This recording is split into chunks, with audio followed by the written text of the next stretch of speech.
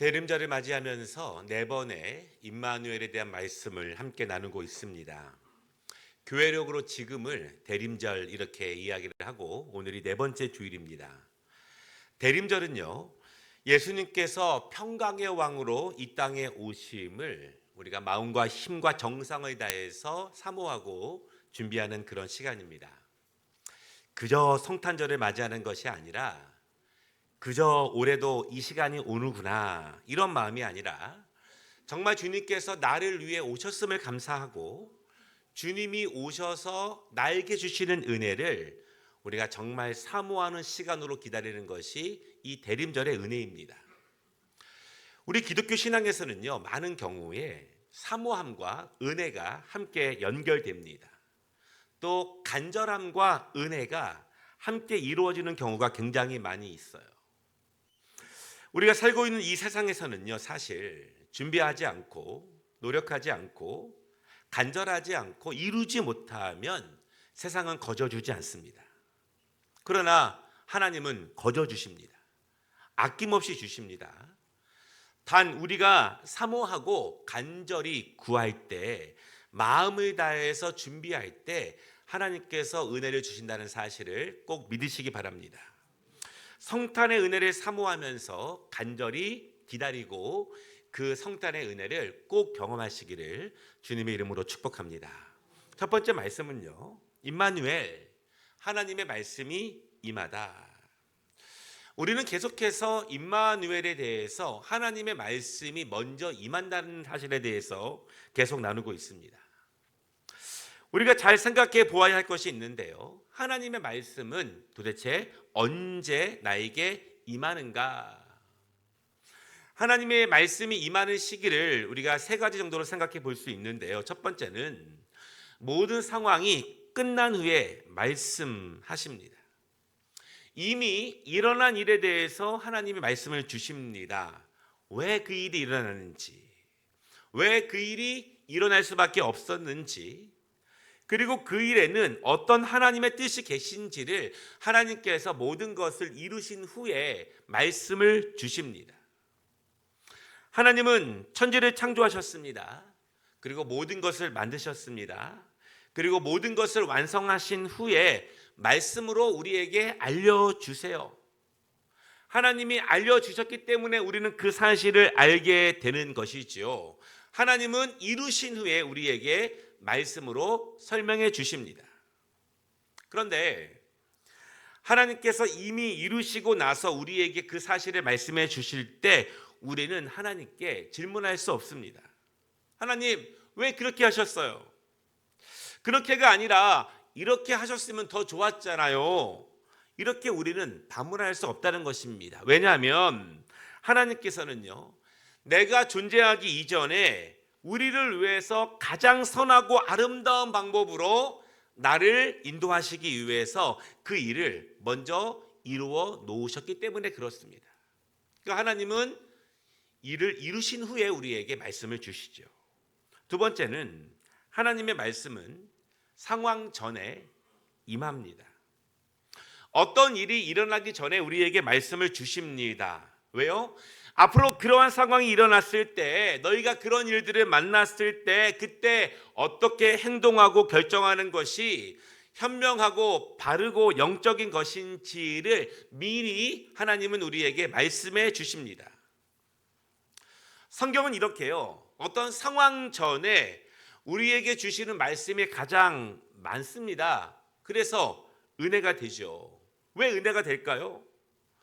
앞으로 우리가 어려운 일을 만났을 때, 세상의 여러 가지 풍조들을 경험하게 될 때, 내가 유혹을 만났을 때, 우리의 가정적인 시험을 만났을 때, 그때 어떻게 해야 하는지, 그때 방황하지 말고, 그때 조급해하지 말고, 그때 무엇을 해야, 어떻게 가야 바른 길을 갈 수 있을지 주저하지 않도록 우리에게 말씀을 미리 주십니다. 그런 일을 만났을 때 어떤 길이 진정으로 내가 사는 길을 모르지 않도록 하나님은 미리 상황 전에 우리에게 말씀을 주시죠. 왜 주실까요? 말씀으로 미리 준비하라는 것입니다. 그래서 그런 상황의 문제들을 만났을 때 넉넉히 승리할 수 있도록, 그런 어려운 일들을 만났을 때 넉넉히 극복할 수 있도록 하나님은 우리에게 말씀을 미리 주시는 거예요. 신명기 말씀이 그렇습니다. 모세는요, 이스라엘 백성들이 앞으로 들어갈 가나안 땅에서 어떻게 살아가야 할지, 어떻게 결정해야 될지에 대해서 말씀을 미리 주십니다. 어떻게 살아가야 하나님께서 그들에게 복을 주실지, 그들이 어떻게 살아가면 그 땅에서 망하게 될지에 대해서 하나님은 말씀을 먼저 주셨어요. 선지자들의 말씀도 그렇습니다. 지금 돌아오지 않으면, 지금 바른 제사를 드리지 않으면 하나님께서 너희를 징계하실 것이다, 이렇게 말씀하십니다. 너희가 당차 다가올 징계에 후회하지 않도록 지금 돌아오고 지금 바로 서면, 지금 온전한 예배자가 되면 하나님께서 너희를 다시 회복시켜 주실 것이다, 이렇게 말씀을 주십니다. 그러므로 우리가 하나님의 말씀을 미리 잘 배우고 잘 공부할 때, 우리가 원하지 않는 어려운 일들과 세상의 풍조들을 만날 때 우리는 이겨 나아갈 수 있어요. 그래서 하나님은 어떤 일들이 일어나기 전에 우리에게 먼저 말씀을 주십니다. 세 번째는요, 상황과 말씀이 함께 옵니다. 어떤 문제가 발생했을 때, 어떤 일들이 벌어졌을 때 하나님은 그때 말씀을 주시는 거예요. 예상하지 못했지만, 기대하지 않았지만 그런 일들이 닥쳤을 때 하나님은 그 일에 대해서 말씀을 주십니다. 비록 내가 받아들이기 어렵고 내가 정말 원하는 일은 아니지만, 그럼에도 불구하고 그 일이 나에게 닥쳐왔을 때 하나님은 말씀을 주시는 거예요. 우리가 지난 2주 동안 요셉에 대해서 말씀을 나눴습니다. 요셉의 이야기가 그렇습니다. 그는 단지 사랑하는 약혼녀와 이루어갈 아름다운 가정, 결혼을 꿈꾸었습니다. 그러나 그의 기대와 예상과 다르게 엄청나고 놀라운 일들이 발생했죠. 그런데 하나님은 요셉에게 어떤 상황만 주신 것은 아니에요. 문제만 주신 것은 아닙니다. 내가 알아서 해봐. 스스로 한번 문제를 풀어봐. 어떤 길이 바른 길인지 잘 선택해서 그 길을 가봐. 이렇게 말씀하시지 않았습니다. 하나님은 요셉에게 그 상황에 맞는 말씀을 주셨어요. 왜 그러한 일이 일어났는지, 이 일을 통해서 하나님의 어떤 크신 뜻이 계신지, 이 상황 가운데 하나님은 너를 어떻게 사용하시기를 원하시는지, 그 상황에 맞는 말씀을 하나님은 요셉에게 주셨습니다. 하나님은 반드시요, 어떤 상황에 대해서, 어떤 일에 대해서, 우리가 경험하고 닥치는 환난들에 대해서 하나님은 반드시 말씀을 주십니다. 꼭 주시고 분명히 주세요. 혹시 지금 내가 경험하고 있는 상황 가운데, 내가 만나고 있는 문제 가운데 하나님의 말씀을 받지 못하고 있다면 하나님께서 지금 나에게 말씀 주시기를 간절히 사모하시고 기도하시기를 바랍니다. 또한 하나님이 이미 주신 말씀을 통해서 나에게 무엇을 말씀하시는지, 우리가 하나님이 이미 주신 말씀을 통해서 바른 길을 찾으시기를 바랍니다. 그리고 또한 강단에서 주시는 말씀을 나의 말씀으로 받아야 합니다. 하나님은 반드시 우리를 홀로 두지 아니하시고 말씀으로 찾아오신다는 사실을 꼭 믿으시기 바랍니다. 부창부수라고 하는 말이 있죠. 남편과 아내가 한 뜻과 한 마음으로 잘 화합되는 그런 아름다움을 말합니다. 물론 초기에 이 단어는요, 남편의 뜻을 아내가 잘 따라간다, 그런 의미가 강했습니다. 그러나 요즘에는요, 남편과 아내가 같은 마음을 품고 함께 연합한다, 이런 의미가 조금 더 강합니다. 오늘 우리가 읽은 마리아가 그렇습니다. 우리는 지난주에 함께 나눈 요셉도 그렇습니다. 핵심적인 것은요, 요셉과 마리아는 서로 상의하지는 않았습니다.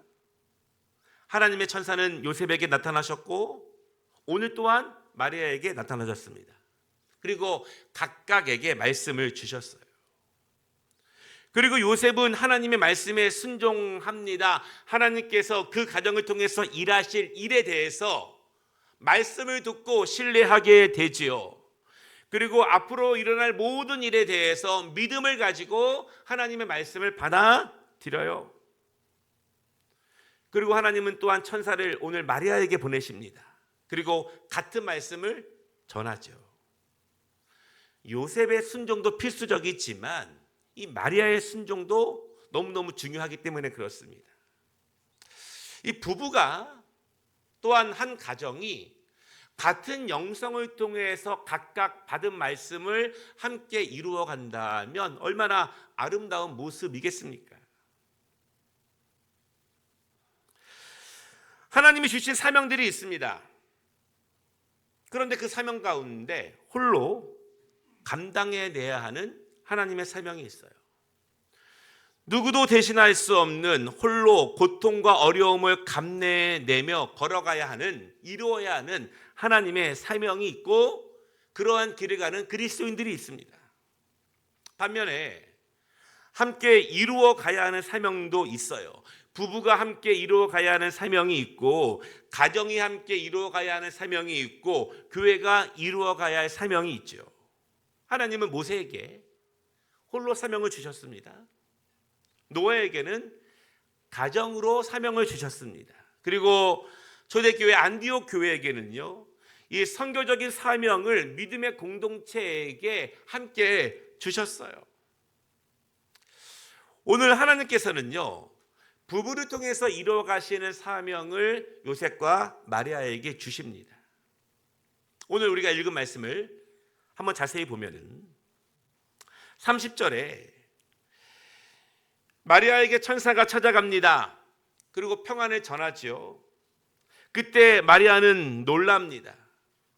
평생 처음 경험하는 하나님의 방문, 하나님의 천사의 방문, 그 찬란함 가운데 마리아는 두려워합니다. 왜냐하면 이 땅에서 한 번도 경험할 수 없는 그러한 모습이기 때문에 두려워하지요. 이 땅의 사람들이 하늘의 사람들과 함께 만날 때, 천사와 만날 때 그런 일을 경험하게 됩니다. 그런데 천사는 두려워하지 말라 이렇게 말을 해요. 왜 두려워할 필요가 없는가? 우리가 하나님의 천사를 만난다면 우리는 왜 두려워할 필요가 없는가? 그것은요, 하나님은 마리아를 심판하시기 위해서, 징계하시기 위해서 찾아오신 것이 아니기 때문입니다. 하나님은 마리아를 통해서 하나님의 위대한 일을 이루시기 위해서, 위대한 일 가운데 마리아를 사용하시기 위해서, 세우시기 위해서 하나님은 찾아오신다는 거예요. 하나님은 결코 말씀으로 우리를 망하게 하기 위해 찾아오시는 것이 아니라 우리를 회복시키시기 위해서, 바른 길로 돌리시기 위해서 찾아오셔요. 마리아는 왜 두려워할 필요가 없을까요? 하나님은 마리아를 통해서, 그의 가정을 통해서 하나님의 위대한 계획이 있기 때문입니다. 어찌 보면 하나님 편에서는요, 이 땅을 구원하시는 크신 일을 이루시기 위해서 마리아에게 정중하게 그 계획을 알리시기 위해서 찾아오셨습니다. 명령하시지 않고 정중하게. 그리고 하나님은 마리아에게 지금 벌어지고 있는 상황, 지금 일어나고 있는 일들, 그리고 앞으로 그에게, 그의 가정에게 나타날 일들에 대해서 말씀을 주고 계세요. 그 상황 가운데 하나님은 말씀을 주고 계십니다. 마리아가 여러 생각이 있겠지만, 마리아도 선택할 수 있겠지만, 마리아가 거부할 수도 있고 받아들일 수도 있겠지만, 하나님은 마리아를 통해서 일하실 그 말씀을 마리아에게 오늘 주고 계십니다. 사랑하는 여러분, 하나님은 임마누엘을 이루시기 위해서 먼저 말씀으로 우리를 찾아오시는 거예요. 오늘 말씀으로 먼저 마리아를 찾아오셨습니다. 온통 두려운 것 투성이겠지만 그 말씀을 받아들일 때 앞날에 대한 불안이 많겠지만 그럼에도 불구하고 마리아는 그 말씀을 붙잡습니다. 그렇습니다. 하나님께서 말씀으로 나를 찾아오실 때 우리는 두 손 들어 환영하며 그 말씀을 받을 수 있지는 않을 거예요. 마리아처럼 두려움이 클 수 있고 미래에 대한 불안도 클 수 있습니다. 그러나 하나님께서 나에게 그 상황 가운데 주시는 하나님의 말씀을 받아들이시기를 바랍니다. 그것이 하나님의 말씀이라면 그 말씀을 받아들이시기를 바랍니다. 그때 임마누엘이 시작됩니다. 두 번째 말씀은요, 임마누엘 통로로 사용하신다. 하나님의 말씀은 일방적으로 마리아의 희생을 요구하는 것인가? 일방적으로 마리아의 동의 없이, 마리아의 준비 없이 하나님은 그렇게 갑자기 찾아오시는 것인가? 31절입니다. 보라, 내가 잉태하여 아들을 낳으리니 그 이름을 예수라 하라. 하나님은 일방적으로 마리아에게 이런 부담을 주시는 것인가? 아직 결혼하지 않은 마리아, 아직 남자를 모르는 마리아, 그녀가 결혼하지 않았을 때, 그런 상태로 임신했을 때 그가 당하게 될 사회적인 지탄과 책망들, 수많은 비난들, 여자로서 감내해야 하는 종교적인 판단들, 아픔들, 하나님의 말씀은 이처럼 마리아에게 희생을 강요하시는 것인가? 하나님의 뜻만을 위해서 마리아의 인생, 그녀의 결혼, 그녀의 행복은 중요하지 않은가? 하나님은 그렇게 일방적으로 말씀하셔도 되는 것인가? 사실 우리도 그렇게 받아들일 때가 많이 있습니다. 나의 희생으로 생각을 하죠. 하나님의 말씀은 때로는요, 교회를 위한다고 하는 목사님의 말씀은 나의 희생을 강요하고 어떤 나의 포기를 요구당하는 것으로 우리가 그 말씀을 받아들일 때가 굉장히 많이 있어요.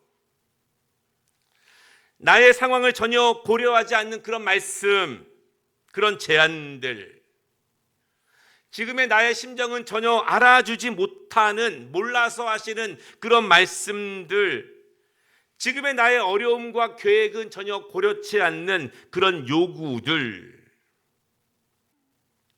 그런데 오늘 천사는 30절에서 이렇게 말합니다. 마리아여, 무서워하지 말라. 내가 하나님의 은혜를 입었느니라. 이렇게 말씀합니다.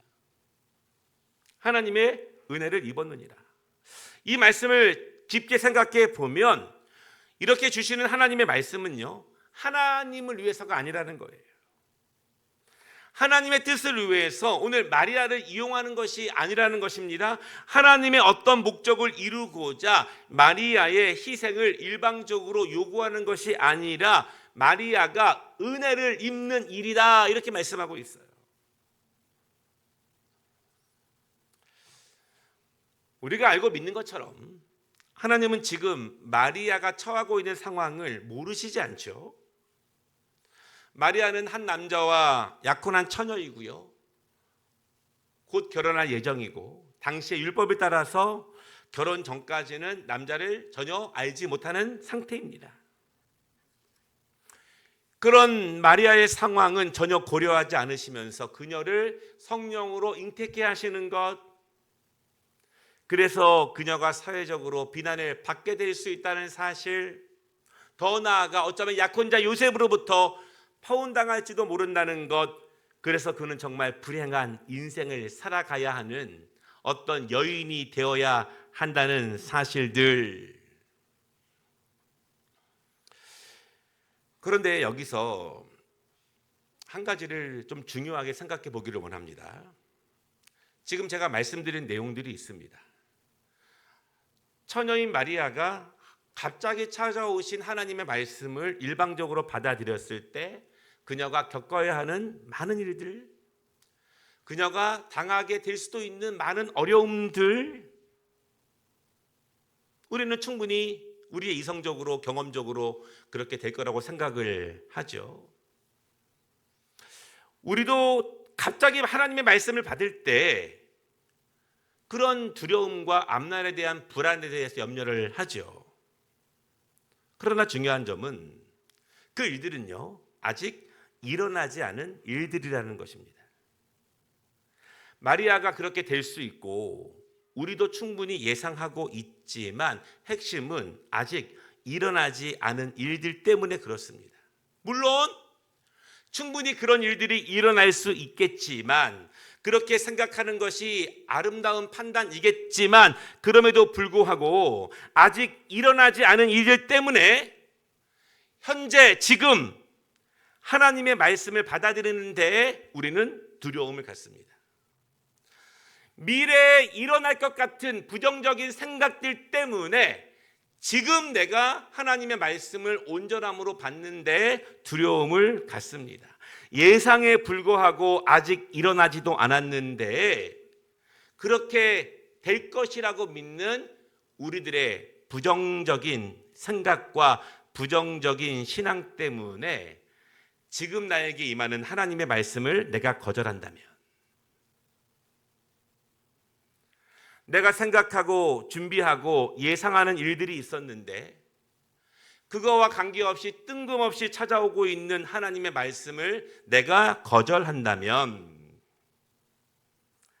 그럼 도대체 우리는 언제 하나님의 말씀을 받을 수 있을까요? 하나님의 말씀은 추운 겨울이 아니고 무더운 여름도 아니고 꽃피고 따뜻한 봄이나 신선하고 상쾌한 바람이 불어오는 가을에만 나에게 찾아오셔야 하는 것인가? 이것입니다. 우리 모두는 하나님의 말씀이 이루어지는 은혜를 누리기 원합니다. 하나님이 나와 함께 하시는 임마누엘의 은혜를 누리기를 원합니다. 그러나 실상 하나님의 말씀이 나를 찾아오시는 것도, 내 마음의 문을 두드리고 계시는 것도, 그것이 내 안에 들어와 먹고 마시며 이루어지는 은혜를 맡고 있는 것은 다른 누구가 아니라는 사실이에요. 바로 나 자신입니다. 나의 부정적인 예상들, 그렇게 순종하면, 그렇게 말씀을 받아들이면 이러한 일들이 일어날 거야 라고 하는 불신앙적인 두려움들, 우리 안을 계속해서 채우고 있는 그런 사탄의 악한 유혹들, 또한 변경하고 싶지 않은, 바꾸고 싶지 않은 나의 계획들, 내가 지금 우선으로 삼고 있는 나의 우선순위들, 사실은 그것들이 지금 하나님께서 내 삶에, 내 인생에 개입하셔서 임마누엘 되시려고 하는 은혜를 누가 맡고 있어요? 내 스스로가 맡고 있는 것입니다.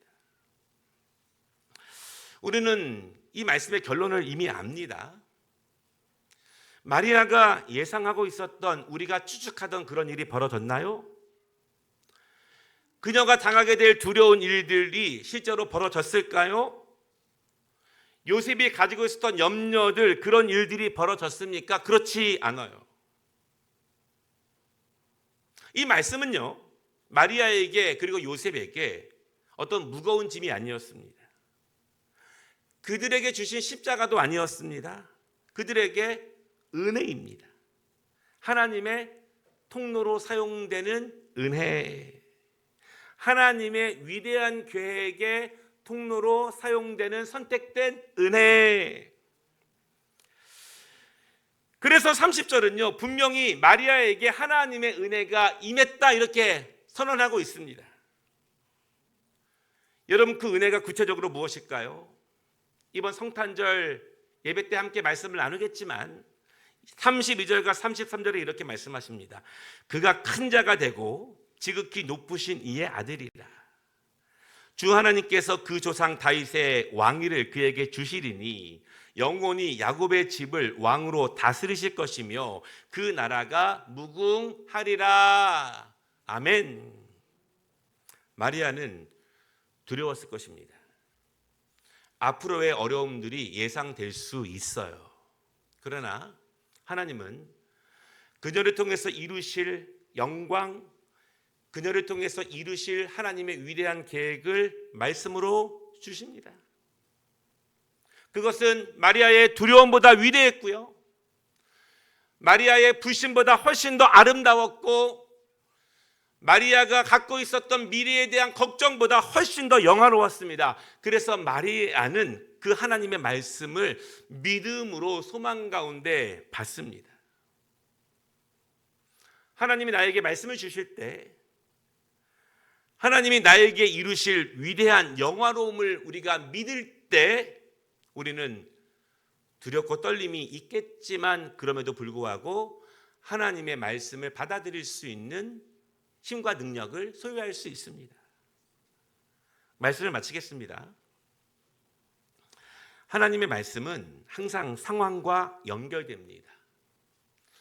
오늘 목사님께서 여러분들에게 특별히 나에게 딱 맞는 말씀을 주시는 것이 아니라 하나님의 말씀은 항상 내가 경험하고 있는 문제와 연결됩니다.